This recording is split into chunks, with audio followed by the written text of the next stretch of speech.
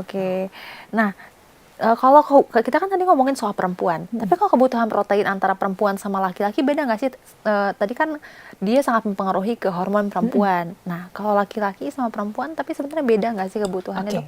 Nah, kalau kita ngomong fungsi organ yang pada perempuan dan laki-laki sama, katakan jantung, paru-paru, otak, memang kebutuhan protein itu sama. Jadi mungkin bisa dibilang gini, kalau bayi, laki-laki dan perempuan sampai dia anak-anak, kebutuhan protein masih kurang lebih sama.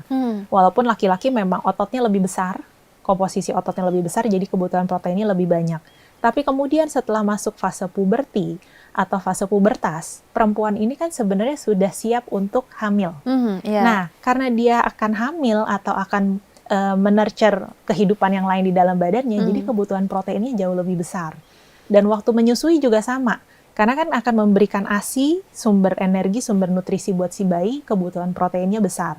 Nah, siklus itu tuh waktu hamil, menyusui butuh protein lebih tinggi, dan waktu sudah tidak hamil menyusui, kebutuhan proteinnya lebih rendah dibandingkan protein gitu ya, dibandingkan laki-laki. Tapi nanti waktu setelah mau menopause, justru kebutuhan proteinnya jauh lebih besar. Begitu kenapa, Dok? usia lebih tua, mungkin dipikirnya kan, oh makannya udah nggak usah banyak-banyak gitu ya. Tapi sebenarnya kebutuhan protein itu lebih besar. Karena otot kita setelah usia 30 tahun akan terus turun. Setiap tahunnya turun. Dan untuk menjaga supaya penurunan ototnya ini tidak terlalu besar, kita harus makan protein yang cukup. Jadi kebutuhan proteinnya lebih besar lagi.